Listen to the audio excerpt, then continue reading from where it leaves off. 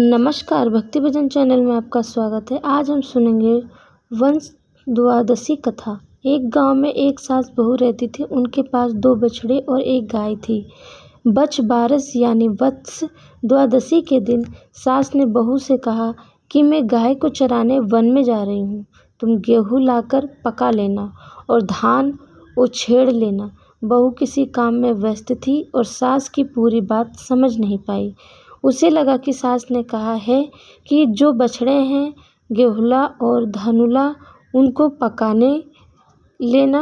पहले यह बहू को ठीक नहीं लगा, लेकिन फिर उसने सोचा कि सास की बात नहीं मानूंगी तो सास नाराज हो जाएगी। सास के भय से बहू ने दोनों बछड़े को काट कर पकने के लिए चूल्हे पर चढ़ा दिया। इतने में सास वन से गाय को जल्दी से चारा ले आई।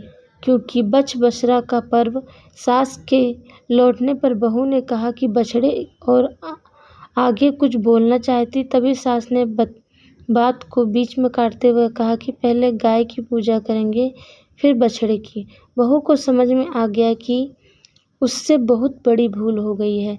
वह घबरा गई और भगवान से अपनी भूल के लिए क्षमा मांगने लगी और कहने लगी कि हे भगवान, मेरी लाज रखो, मुझे क्षमा करो। भगवान को बहू की भोलेपन और सच्ची प्रार्थना पर दया आ गई और बछड़े जीवित होकर हांडी से निकल बाहर आ गए। इसके बाद से संतान की सलामती के लिए माताएं बछ बारस यानी वत्स द्वादशी व्रत रखने लगी।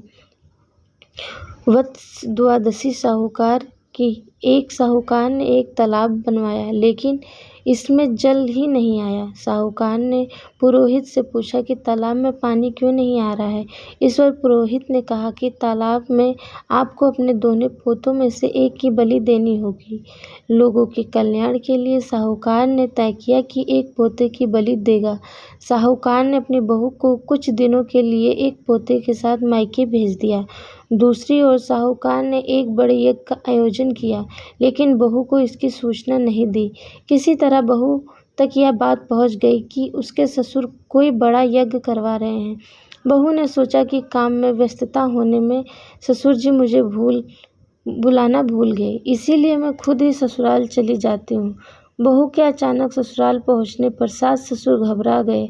सास अपनी बहू को उसी तालाब के पास ले गई और वहां तालाब की पूजा करने के लिए कहा। बहू ने पूछा कि उसके बेटे कहाँ हैं। सास ने कहा कि बच्चे आ जाएंगे, तुम पहले पूजा तो करो। इधर सास मन ही मन घबराई हुई थी। उस दिन बछ बारस का दिन था। सास ने मन ही मन भगवान से प्रार्थना की कि हे भगवान, मेरी लाज रखो। दूसरी ओर तालाब की पूजा के बाद बहू ने अपने दोनों बेटों बछराज और हंसराज दोनों को पुकारा। बहू ने देखा कि उसके दोनों बेटे कीचड़ में सने हुए आ रहे हैं। तब सास ने सारी बातें बता दी। बछराज वत्स द्वादशी व्रत से जीवित लौट आया।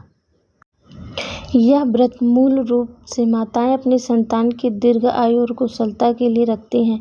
राजस्थान में इस व्रत की अधिक मान्यता है। जैसा कि इस व्रत का नाम है बछ बारस, इस व्रत में बछ यानी बछड़े और उनकी माता गाय की पूजा होती है। इस व्रत का विधान है कि इस व्रत में भैंस के दूध और उससे बनी चीज़ों का सेवन नहीं किया जाता। साथ ही इसमें छुरी चाकू का प्रयोग भी नहीं करना चाहिए। व्रत रखने वाली माताओं को मूंग, मोठ और बाजरे का प्रसाद अर्पित करना होता है और इसी प्रसाद को बच्चों को खिलाया जाता है। व्रत करने वाली महिलाएं भी इन्हीं चीज़ों को खाती हैं। धन्यवाद।